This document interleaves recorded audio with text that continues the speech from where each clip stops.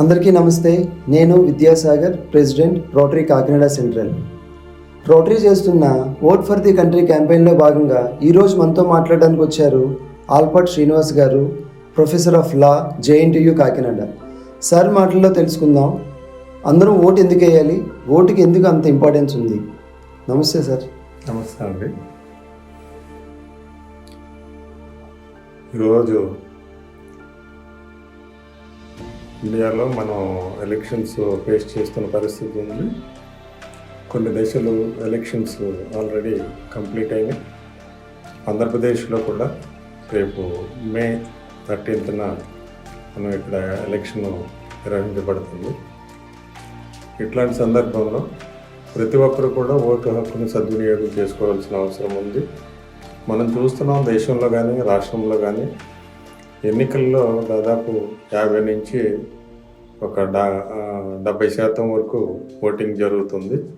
దాదాపు 30 నుండి 40% ఓటర్లు తమ ఓటు హక్కును సద్వినియోగం చేసుకోవడం లేదు. ఇది డెమోక్రసీకి మంచిది కాదు.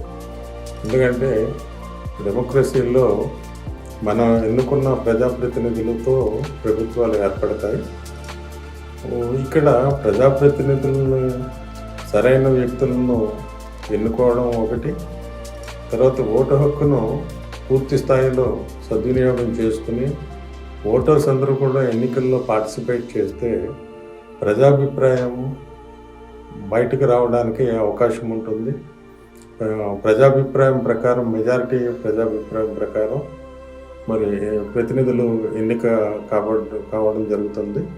మరి అట్లా కాకుండా మరి 30%, 40%, 50% మంది ఓటర్లతోటి ఓటు హక్కు సద్వినియోగం చేసుకుని మిగతా వారు మరి వారికి బాధ్యత లేనట్టుగా వ్యవహరించడం అనేది అది కరెక్ట్ కాదు. ప్రజాస్వామ్యం సక్రమంగా పనిచేయాలంటే ఓటు హక్కును అందరూ కూడా సద్వినియోగం చేసుకోవాల్సిన అవసరం ఉంటుంది. అది మన బాధ్యత కూడా. ఓటు హక్కును సద్వినియోగం చేసుకోవడం అనేది మన బాధ్యత కూడా. అది విన్నారు కదా సార్ మాటల్లో, ఓటు హక్కుని వినియోగించుకోవడం అనేది మన బాధ్యత. సో అందరం ఓటు వేద్దాం, ప్రజాస్వామ్యాన్ని కాపాడుదాం. Thank you for watching. నేను Vidyasagar, president, Rotary Kakinada central.